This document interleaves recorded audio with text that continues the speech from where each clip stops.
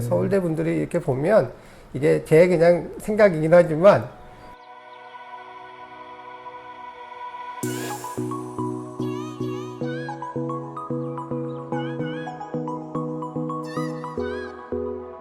안녕하세요.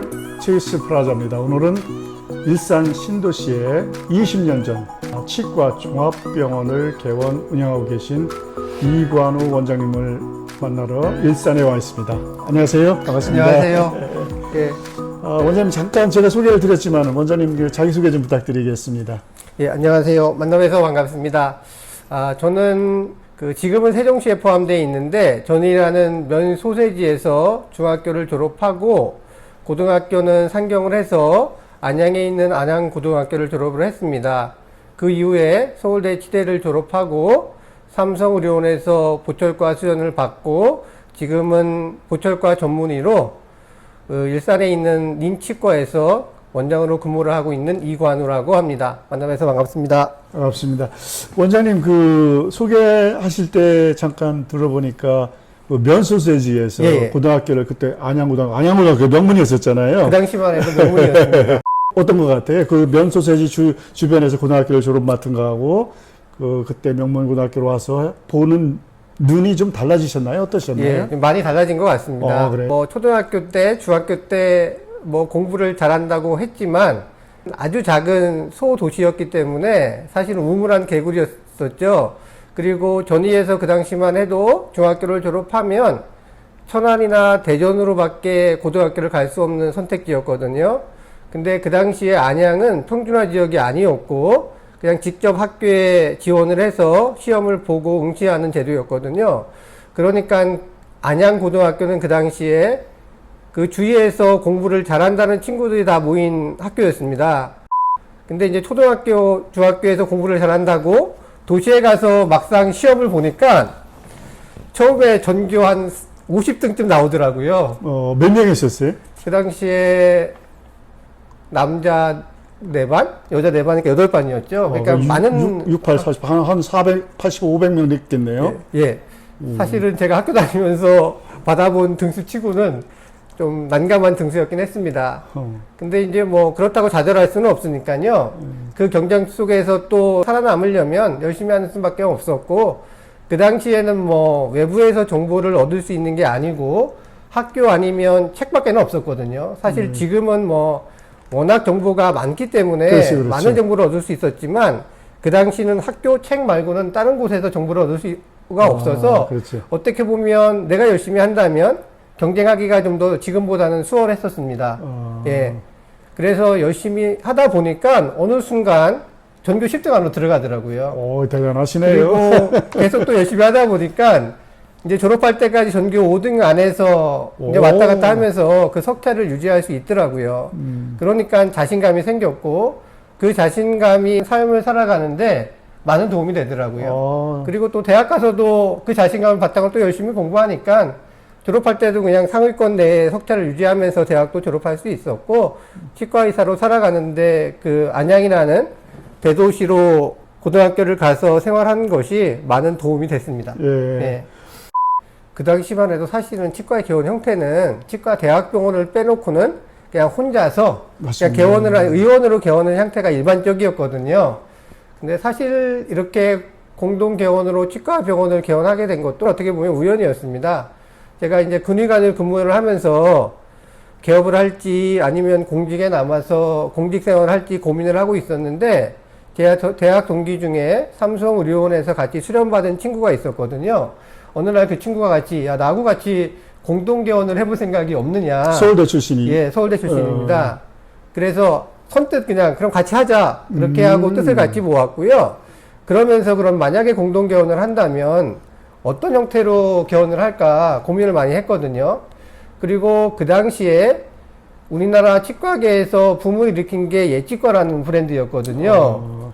그래서 그 친구가 그 강의를 들으면서 그러면 우리는 좀 더 차별화해서 지금 치과대학 병원을 가면 이과저과 돌아다녀야 되고 그 다음에 기다리는 시간도 많고 그리고 불친절했거든요.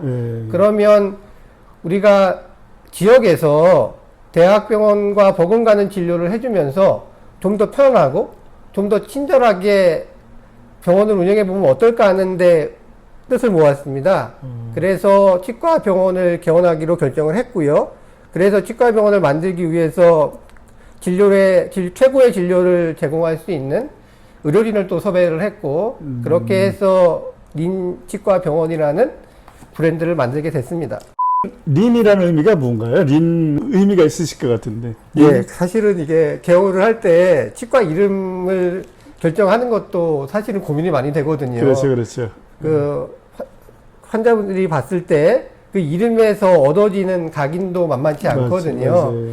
그래서 4명이 같이 공동 개원을 했는데, 개원을 하기 전에 저희들을 한 6개월 전부터 만나가지고 주말에 만나서 거의 10시, 12시까지 그냥 끊임없이 논의를 하면서 개업하시기 전에 예, 개원을 어떤 형태로 하고, 이름을 어떻게 정하고, 인테리어를 어떻게 하고 세세하게 다 결정을 했거든요.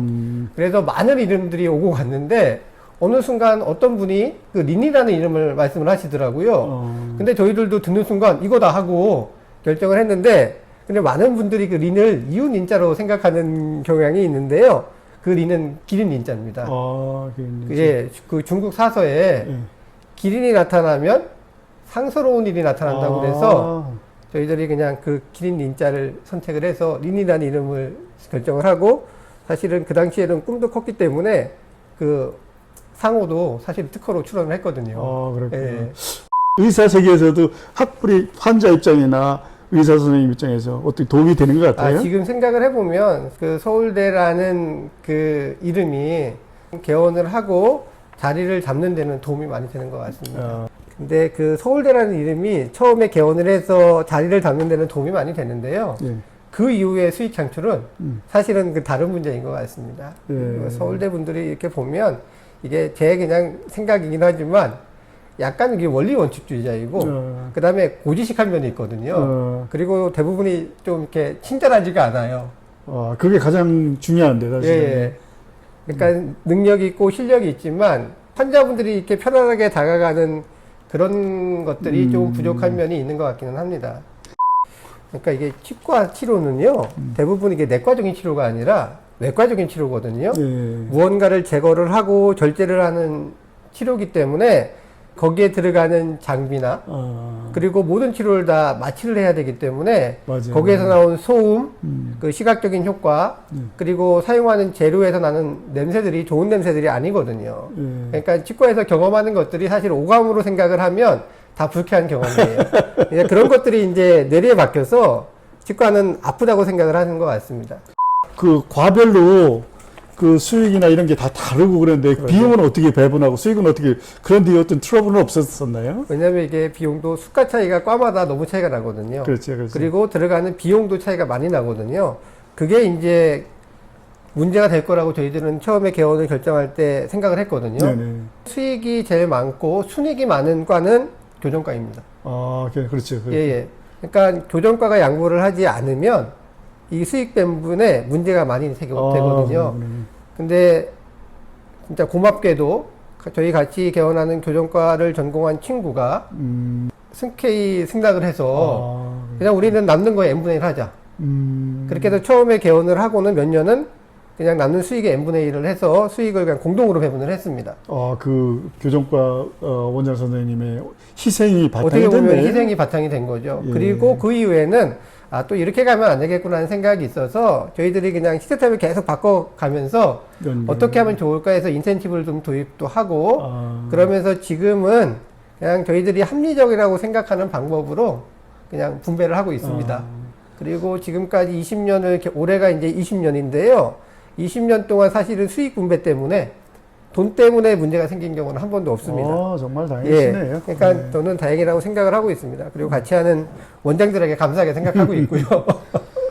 이 치과에서 삶이 이게 녹록치 않거든요. 그렇죠. 왜냐하면 일단 진료를 하면서 사람을 상대를 해야 되는 거고요. 맞아요. 그러면 그 육체적 노동이 만만치 않거든요. 맞아요. 그리고 대부분의 또 오시는 분들이 어딘가 불편해서 오기 때문에 그럼 되게 그분들을 대하기가 사실은 까다롭죠. 쉽지는 않거든요. 네. 그리고 거기에 이제 육체적 노동 플러스 그런 분들을 상대하다 보면 정신적으로 힘든 경우도 되게 많아요. 그렇죠. 그래서 가끔은 제 후배들 중에는 그런 정신적 스트레스를 감당하지 못해서 그냥 병원을 그만두는 경우도 있어요. 정신과 치료받는 의사 선생님들도 예, 많으시다고 그래서 몇 년 그러더라고요. 쉬다가 그 다음에 이제 개원을 했는데 처음에는 병원을 그만두기에는 정말 잘 됐거든요. 그렇죠. 근데 이제 쉬다 오면 또 병원이 또 경제적으로 또 운영하기가 어려우니까 어렵고. 또 거기에 스트레스를 받고. 어, 예. 근데 사실 저는 그렇게 이게 가끔은 아, 내가 왜 치과 의사가 됐지? 다른 거 했으면 더 잘 될 수도 있는데 그런 생각을 해보기도 하거든요. 근데 이제 그건 가끔인 거고요. 모든 사람들이 직장 생활을 하시는 분들도 그런 생각을 하실 그렇죠, 거예요. 그렇죠. 예, 그렇죠.